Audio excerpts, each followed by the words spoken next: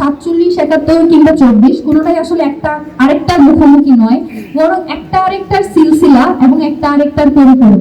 ভূমির এই মাটির সন্তানেরা যে পরিমাণ রক্ত দিয়েছে, বারবার যেভাবে প্রতিরোধ গড়ে তুলেছে, সেই তিতুমিরের বাঁশের কেল্লা হোক কিংবা সিপাহী বিদ্রোহ হোক কিংবা তারও আগে যদি বক্সারের যুদ্ধ থেকে শুরু করে 1757 কিংবা তারও আগে যদি বলি, এই অঞ্চলের মানুষ আসলে কখনোই পরাধীনতা মেনে নেয়নি। সেই পরাধীনতা মেনে না নেওয়া এবং এই অঞ্চলে হয়ে আসা যে শোষণ, সেটার বিরুদ্ধে বারবার যে সংগ্রাম, সেই সংগ্রামে এই ভূমির মানুষের যে রক্ত, এক বিন্দু রক্ত যদি আমাদের কন্ট্রিবিউশন থাকে, সেই কন্ট্রিবিউশনটাকে ক্লেম করা আমি আমার জায়গা থেকে জরুরি মনে করি।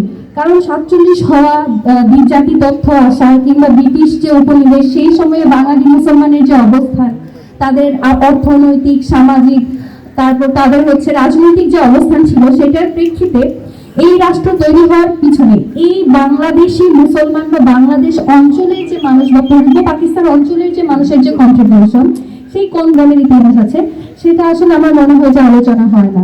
তো আজকের যে আমাদের আলোচনা, সেখানে আমরা আমাদের যে আলোচক আছেন, আমরা তাদের পার্সপেক্টিভ গুলো একদম নিরপেক্ষ জায়গা থেকে শুনবো, শিখবো, এটাই আমাদের প্রত্যাশা।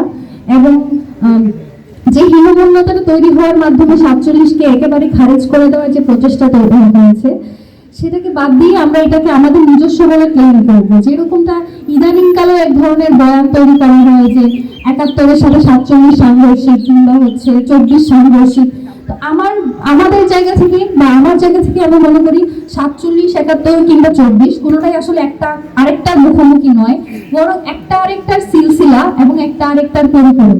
47 না হলে যেমন কখনো আমাদের 71 হতো না, আবার 71 না হলে কখনো আমরা একটা 24 পেতাম না, কিংবা আমাদের জীবনে একটা 90 আসতো না।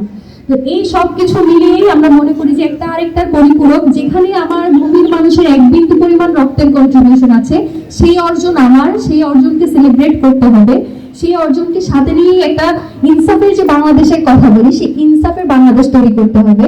তো আজকে অনেক আমাদের আলোচক আছেন, তাদের কাছ থেকে আমরা জানবো, শিখবো, শুনবো।